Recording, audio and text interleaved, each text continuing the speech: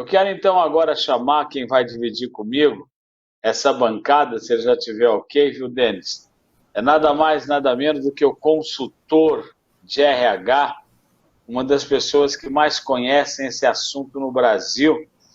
E ele está aqui comigo para bater um papo bacana com você que é empreendedor, você que quer ser empreendedor, você que está postulando um lugar aí em alguma empresa e que também está trabalhando em casa. Enfim, ele conhece tudo sobre RH, que é o Dimas Facioli. Muito obrigado, Dimas, pela participação no nosso programa de hoje. Boa tarde.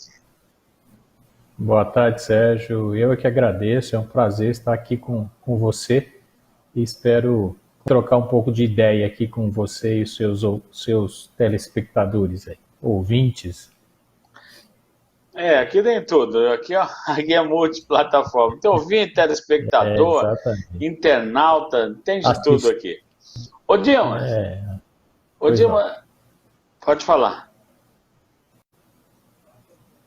Não, é um Bom, vamos lá. prazer, de Eu vou fato, fazer. essa multiplataforma, ela tem ouvinte, tem assistente, enfim, tem de tudo. Na verdade, muda, a gente, enfim, consegue chegar aonde as pessoas estão por diversas formas, né? Muito bacana isso, né? A modernidade.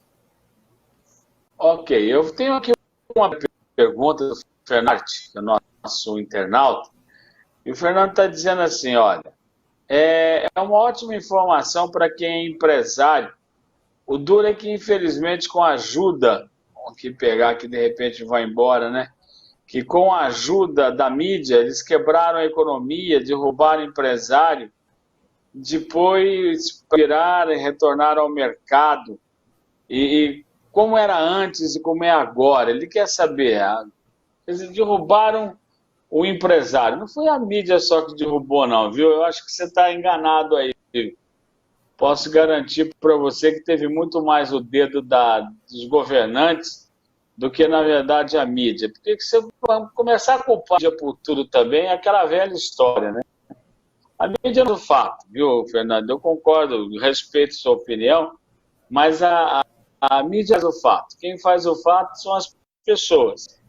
E, infelizmente, quem faz o fato nesse tipo são os governantes. Eles passam e a gente divulga. Só isso. E eu acho que houve uma quebra mesmo. Realmente quebraram os comerciantes nesse país. Agora tem uma nova era. Eu quero começar com o Dimas, exatamente ele que é da área. Como é que é esse recomeço para o empresário? Como é que é esse recomeço para as pessoas no meio digital? Nós tivemos que sair da idade da pedra para a tecnologia da computação, assim, da noite para o dia. Como é que é isso? E ainda demora um pouco mais para se adaptar? Conta para a gente, Dimas. De fato, assim, nós aqui, o mundo todo foi afetado por essa pandemia, né? Então, muitas empresas, de fato, não conseguiram suportar. Como não consegue suportar outras crises, ou não conseguiram suportar outras crises que a gente já teve, enfim, eu nem sei quantas, eu parei de contar quantas crises a gente já passou. Então, enfim, ser empresário aqui, ou em qualquer lugar do mundo, a gente tem uma parceria com a empresa francesa, por exemplo, essa semana eu estava falando, e lá fechou desde outubro, de novo, fechou tudo, absolutamente tudo, não tem bar, não tem restaurante, tem supermercado, farmácia, e mesmo assim os supermercados estão restritos a alimentos e gêneros de limpeza, por exemplo. E vão reabrir agora dia 15 até o dia 30 por causa das festas do final de ano. Então não foi só no Brasil. E enfim, os acertos e erros também não são só dos governantes aqui. Então, assim, ser empresário infelizmente ou felizmente, lutar contra tudo isso e mesmo assim conseguir deixar as empresas de pé. Então tiveram muitas empresas que nasceram agora na crise, né? Muita gente entrou, como você disse, nessa era digital, muitas pessoas que perderam emprego, por exemplo, o empresário quis recontratar e quis voltar porque ele optou por fazer um trabalho independente, por abrir o próprio negócio, por tentar enfim, uma outra alternativa para a carreira dele, enfim, para a vida dele. Então, as crises servem para a gente ver o quanto forte nós somos e o quanto a gente consegue enxergar uma luz longe daquilo que a gente está vendo na escuridão ou na penumbra, enfim. Então, não é uma luz só no fim do túnel, mas é assim, como é que a gente sai disso, né? Então, as crises acontecem para ver o quão forte é um empresário, por exemplo. E óbvio que se ele esperar ajuda, dificilmente a gente vai ter, né? A gente não tem ajuda, e você tem razão, assim, não é só a mídia, é óbvio que algumas mídias acabam expandindo isso além do que deveria, né? Ou, enfim, criando a sua própria verdade a respeito de uma determinada situação, né? Apesar de você ter razão, a gente está trazendo os fatos, mas eu posso trazer a narrativa do jeito que eu quiser. Mas mesmo assim, se você é empresário, ou se você é empregado, ou se você, enfim, quer empreender, ou se você quer trabalhar, você vai viver no mundo desse jeito. Então nós não temos muita escolha em relação a isso. Está muito fora da nossa mão tomar conta disso. A gente tem a possibilidade de votar bem, a gente tem a possibilidade de escolher bem quem está ao nosso entorno, por exemplo, depois escolher governador, depois escolher presidente, enfim, essa é a nossa ferramenta. Mas a gente, enfim, precisa aproveitar esses momentos para poder crescer, para poder primeiro sobreviver e depois a gente enxergar a possibilidade de crescer. Então, assim, ainda bem, né, você disse que a gente tem a grande possibilidade de dar saltos, né? A tecnologia nos tirou daquilo que era muito tradicional para a possibilidade, por exemplo, de acessar qualquer pessoa hoje. Então, se eu colocar um produto bom, ou um serviço bom, uma solução boa, numa rede e conseguir trabalhar com ela, por exemplo, nas mídias sociais, eu vou ter sucesso. Porque as pessoas precisam de solução. Então, enfim, assim como a gente precisa de alimento, a gente precisa dar solução para todos os nossos problemas. Então, a gente consegue, as empresas conseguem hoje sair, por exemplo, a possibilidade de não ter uma loja aberta e continuar vendendo, porque ela está aberta para um outro segmento ou para um outro canal que ela não tinha visto ainda. É óbvio assim que a gente não pode separar as coisas. Então a pessoa, então eu vou entrar na internet e agora eu não vou fazer propaganda mais. As coisas estão juntas, você precisa fazer ainda, né? Você precisa ainda ser visto por qualquer meio. Então se a revista vai te fazer bem ainda, a TV vai te fazer bem ainda, as redes sociais ainda vão te fazer bem. Então você precisa, é um conjunto de coisas e você não pode abandonar ou, enfim, não é saudável você abandonar uma linha, né, ou uma possibilidade de poder conectar, por exemplo, os seus clientes, os seus consumidores. Você até pode optar num determinado momento por um único canal, ou você pode optar por priorizar um determinado canal. Então, assim, a gente vive num mundo de grandes possibilidades. Você falou uma coisa muito certa, quer dizer, essa história de que eu estou na internet, eu não preciso fazer propaganda, claro que preciso, até porque eu preciso mostrar que o meu produto é bom. Eu preciso chegar no meu cliente. Esse é um caminho muito importante. Tem gente que fala, eu ponho só lá e não... Não, você precisa criar mecanismo para que o cara entenda o teu produto. Aí o Fernando rebate dizendo o seguinte para a gente, e no empreendedorismo, vai ter espaço para todo mundo nesse meio digital? Vai caber esse povo todo? Eu não sei se esse povo todo, a gente não vive só no mundo digital, a gente vive em mundos, o mundo digital é um deles, né? Ele foi um novo canal e foi um excepcional novo canal. Então, provavelmente vão aparecer coisas, a gente sabe, por exemplo, que no mercado de trabalho tem um estudo que foi feito recentemente, que as crianças que estão nascendo hoje, 30% ou 40% delas em torno disso, vão ocupar posições que não existem hoje, vão ocupar cargos que não existem hoje, vão ocupar funções que não existem hoje, depois que elas se formarem. Então, assim, a gente está falando de um mundo que é desconhecido, mas é um mundo que está sempre em evolução. Então, vai ter lugar para quem estiver atento a para onde caminha o mercado, para onde caminham as soluções do mercado. As soluções digitais têm espaço para muita gente, tem espaço para tudo aquilo que é bom. O que não é bom nunca vendeu. Vocês sabem disso, lojas físicas, por exemplo, que começam a vender determinado produto, a hora que o cliente, barato, bonito, lindo, a hora que o cliente começa a perceber a má qualidade, por exemplo, ou que aquilo não funciona, elas fecham, porque não vão vender. Isso vale para qualquer canal, pode ser para o canal digital também. Então, se você está ofertando uma solução, eu estou falando de solução como produto, como serviço, como, enfim, bens, de tudo, que não agrada o cliente, ou não agrada o cliente porque ele não soluciona, ou não agrada porque você não vende bem, ou não agrada porque o preço não é compatível, ou, enfim, por uma série de outras questões, dificilmente você tem sucesso em qualquer plataforma, em qualquer canal. Mas o canal digital é um canal que tem espaço para muita coisa. Ele é pouco explorado ainda, pode ser explorado por uma série de outras coisas que a gente nem percebeu ainda. Então, o mundo caminha para soluções digitais. Por exemplo, no nosso negócio, em 2013, a gente resolveu fazer investimento em soluções digitais. Então, a gente está criando uma série de softwares, uma série de plataformas, que são plataformas para automação de processos de recursos humanos, que no passado nem se pensava em fazer isso. Então, por exemplo, é possível fazer um recrutamento, seleção, recrutamento de um profissional hoje por meios digitais, por uma plataforma digital, por exemplo. É possível a gente fazer uma pesquisa de remuneração de quanto é que se paga, por exemplo, a gente tem uma plataforma lá que tem 500 empresas nessa base, 1.600 cargos, então quanto é que se paga para esses cargos, por exemplo. Então isso tudo está numa solução digital.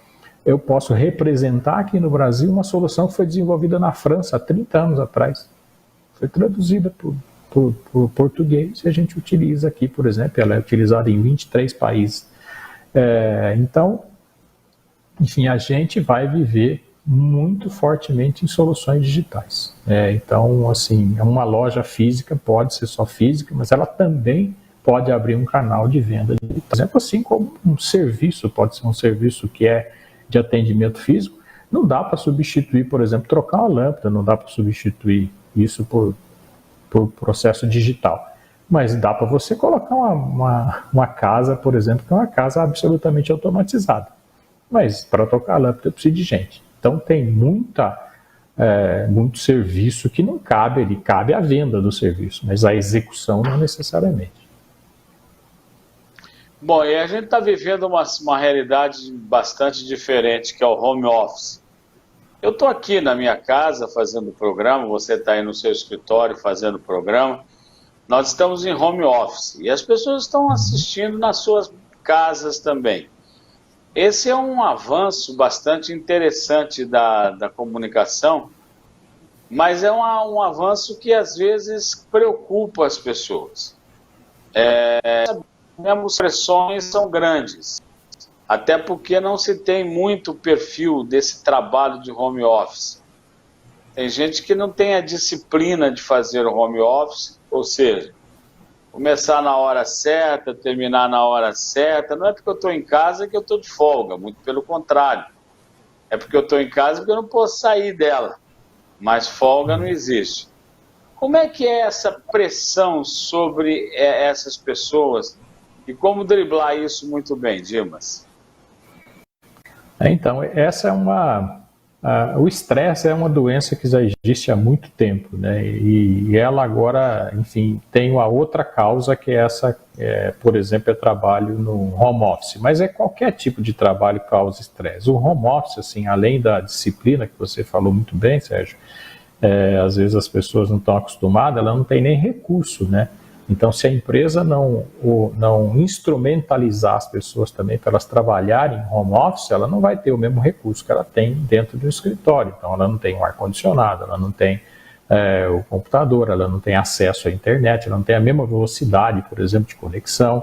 Então, é importante que, se a gente estiver falando em transferência de trabalho de office para home office, né, a empresa precisa instrumentalizar as pessoas e ela precisa instrumentalizar também como controlar o trabalho, como verificar se ela está trabalhando o tempo todo que ela deveria trabalhar para a empresa, como avaliar se ela está fazendo um trabalho bem feito ou não.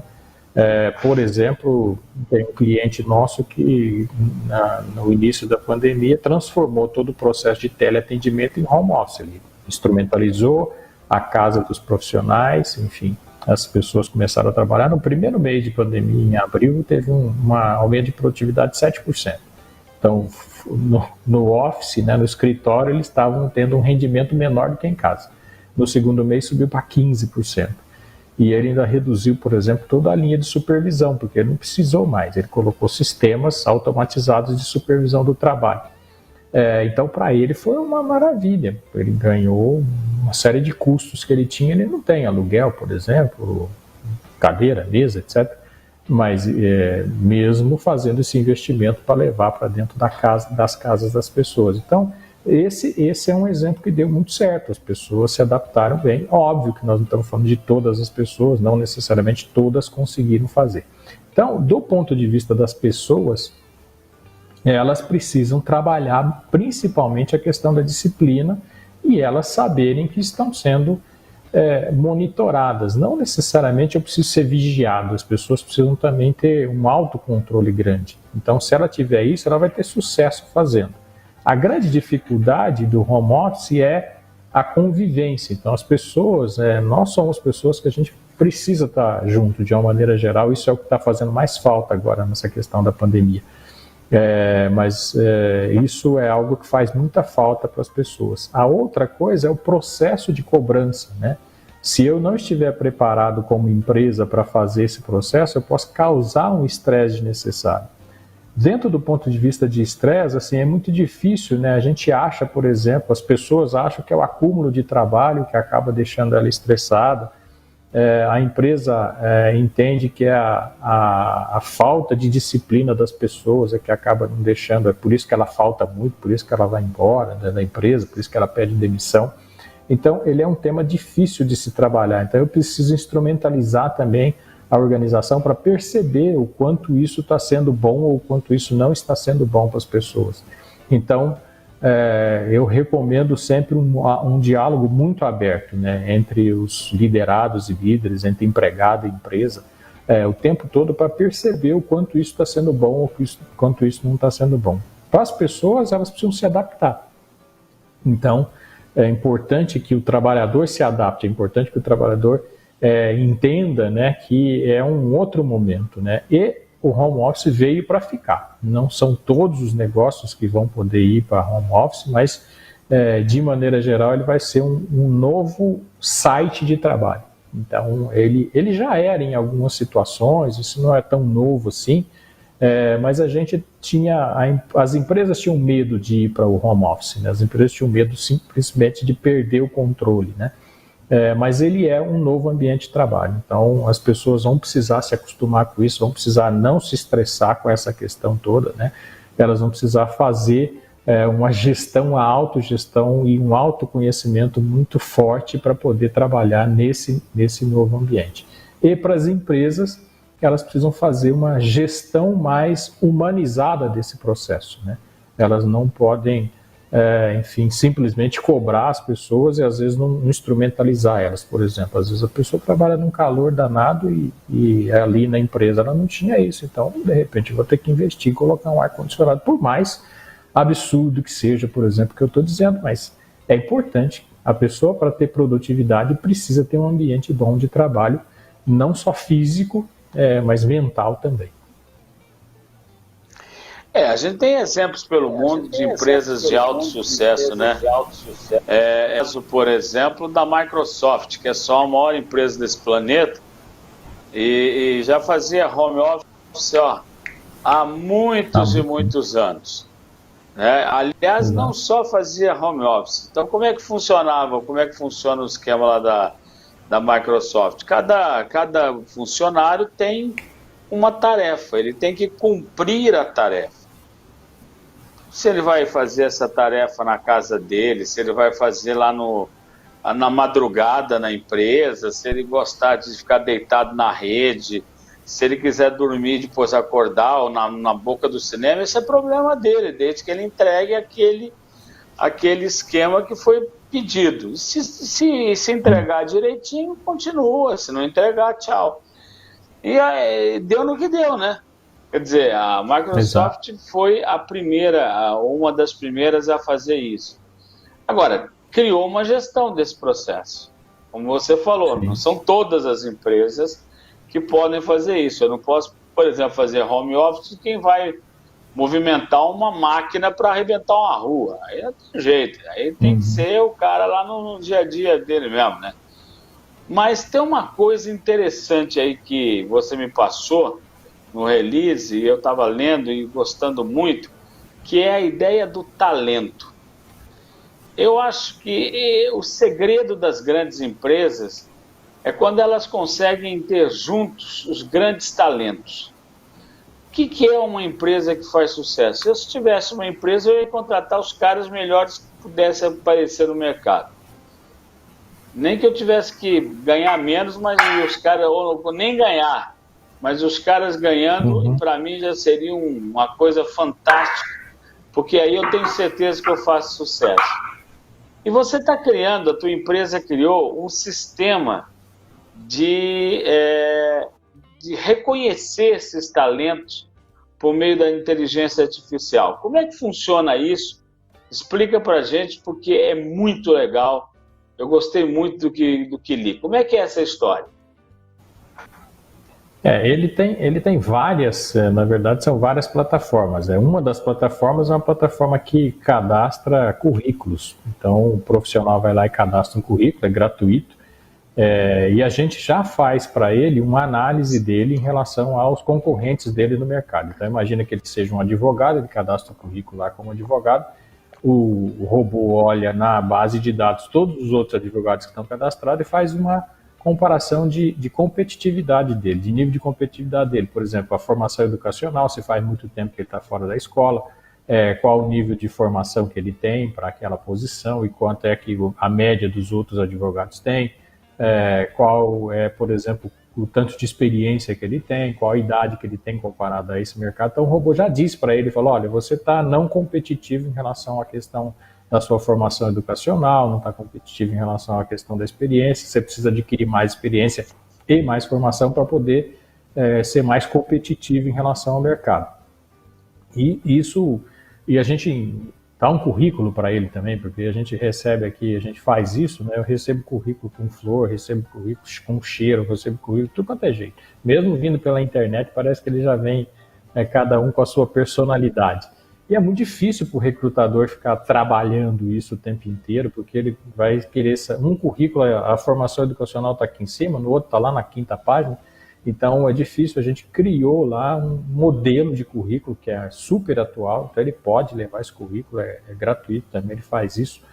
Mas o que facilita a vida das empresas é que ela pode fazer a comparação dos candidatos em função de uma determinada posição que ela tem. Imagina que ela queira contratar um advogado, ela vai cadastrar lá qual é o perfil que ela precisa para aquele advogado, e o próprio sistema vai dizer para ela, ó, o melhor profissional para essa requisição que você tem, como você disse, fala, eu gostaria de ter os melhores talentos da minha empresa, e aí você vai colocar o que é que você quer como talento lá, o software vai procurar isso para você e dizer, o melhor talento é o Dimas, é o João, é o Pedro, é o Manuel, o número 1 é esse, o número 4 é aquele ali, e vai dizer para você quanto custa essa pessoa, por exemplo, no mercado. Então, quanto ele está ganhando, se ele está trabalhando ou se ele não está trabalhando, se ele está desempregado, enfim, o quanto ele vai poder ser útil para você, o que ele já realizou dentro do perfil dele lá, a gente tem todas as realizações dele, então que tipo de serviço ele já prestou para as empresas, por exemplo. Então o robô consegue facilitar a sua vida, por exemplo, quando você está contratando alguém. Da mesma forma, você pode olhar a sua própria base. Então, se você quiser olhar todos os seus empregados, por exemplo, ele faz essa mesma análise olhando só para os seus empregados.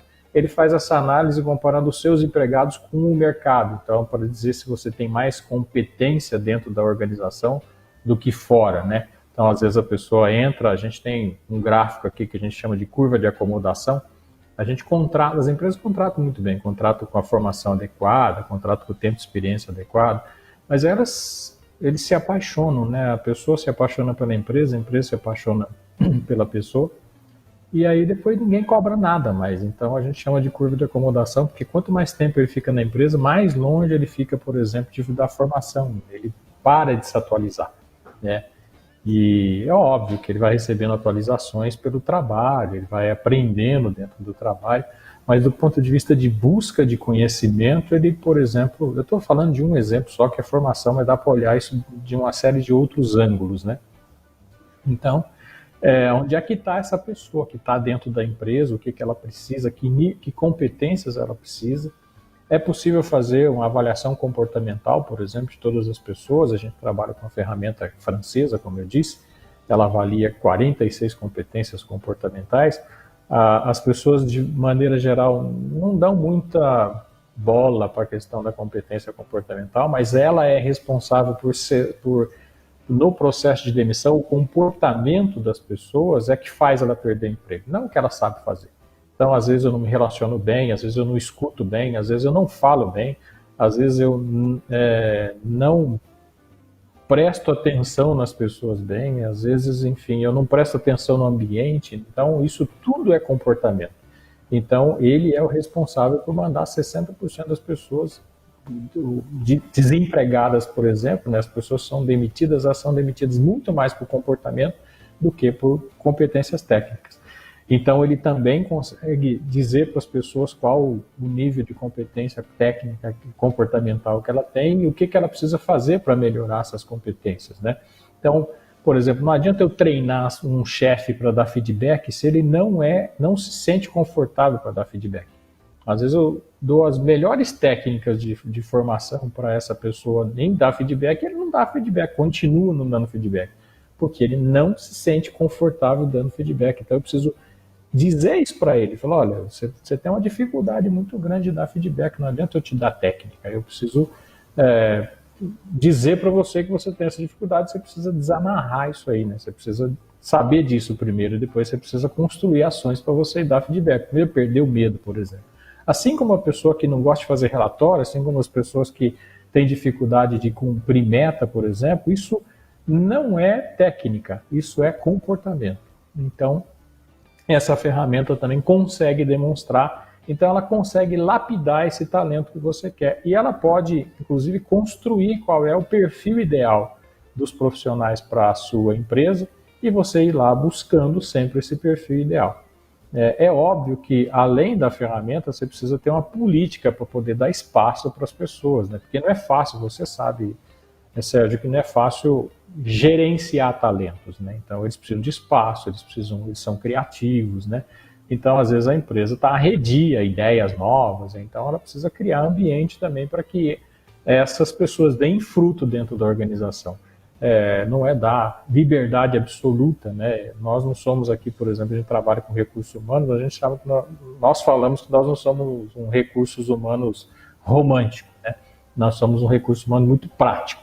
Então as pessoas precisam ser produtivas, elas precisam dar resultado para a empresa, é isso que faz ela permanecer, é isso dentro da organização, é isso que faz ela ganhar mais dentro da organização, é isso que faz ela ser promovida. E isso é que faz a empresa ganhar dinheiro, mas as empresas também precisam dar espaço para essas pessoas, porque às vezes elas ficam podando o tempo inteiro. Então compra um gênio lindo, mas depois, enfim, acaba tolindo ele de todas essas condições. Se ele ficar dentro da organização, ele fica improdutivo. E muito provavelmente, se ele for muito bom, ele vai para o concorrente, ele não vai ficar lá dentro da empresa. Enfim, ela é uma solução grande, eu não sei se eu consegui responder tudo que você me perguntou, mas de fato ela vai conseguir mostrar para você que talento você precisa para a sua organização, onde é que está esse talento, quanto custa esse talento e como é que você faz para contratar ele, como é que você faz para manter ele dentro da organização. E até me fez lembrar da história de um aluno, eu já contei essa história, mas eu conto de novo porque eu acho fantástico. Eu tinha um aluno que fez TI, né? Na verdade na época chamava Ciência da Computação lá em Campinas, na Unicamp, e ele se chamava Wellington. E aí a Bosch abriu, abriu uma vaga para as pessoas que conhecessem esse métier, e ele foi lá. Era o chamado da TI Júnior, e ele foi.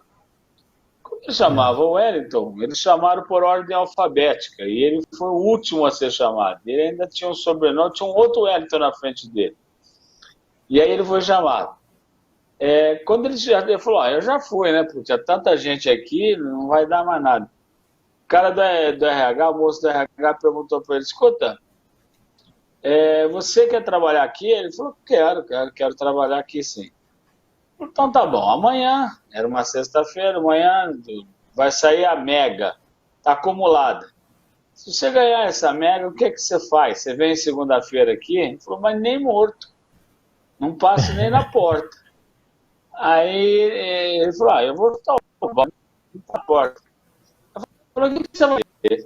Eu vou pegar essa grana, vou pra praia, vou abrir um quiosque, eu gosto de cantar, vou reunir um monte de gente lá, vou cantando e vou tocando a minha vida. Eu falei, mas e computador? Ele falou, tá com tudo dentro d'água. Não quero nem saber disso aí. Para isso vai ter gente que vai fazer esse trabalho para mim. Foi embora para casa e achou que não ia passar. Só tinha uma vaga. Aí na segunda-feira a vaga era dele. E ele ficou 90 dias, Dimas, ele nem cruzava com a moça do RH, porque ele tinha certeza que não era ele o Wellington, era um outro Wellington que tinha sido aprovado. Aí quando deu os 90 dias, ele foi conversar com ela, falou, escuta, eu te fazer uma pergunta, era eu mesmo? Ela falou, claro que era. Mas por quê?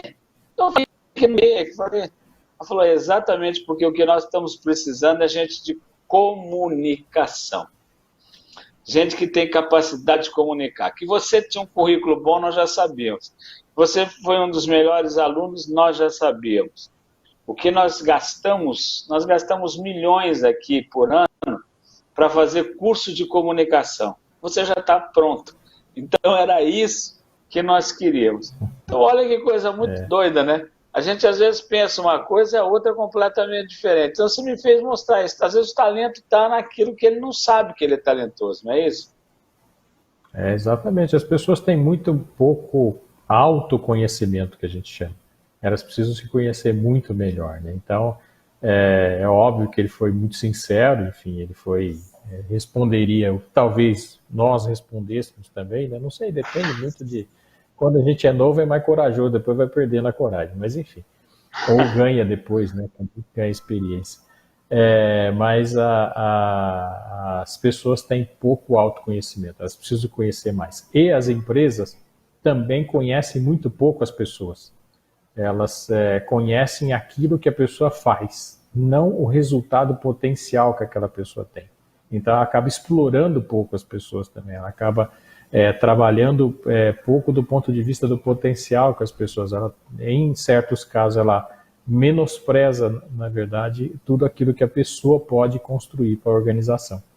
E em outros casos, ela não sabe cobrar isso, ela não sabe como tirar o melhor talento ou o melhor resultado do talento das pessoas.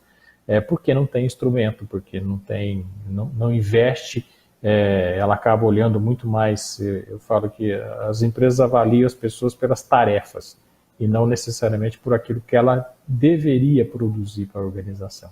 Então ela não organiza o que aquela pessoa tem que fazer, ela não avalia direito o que a pessoa tem que fazer e ela não conhece profundamente as pessoas. E eu conheço as pessoas pelas competências comportamentais porque eu já sei o que ela sabe fazer, como foi o caso do Wellington aí que você citou.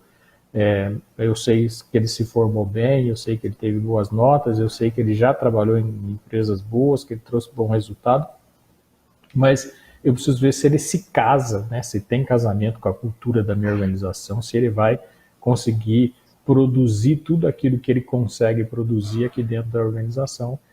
E então eu acabo olhando muito mais o que ele sabe tecnicamente do que aquilo que ele pode produzir para a minha organização.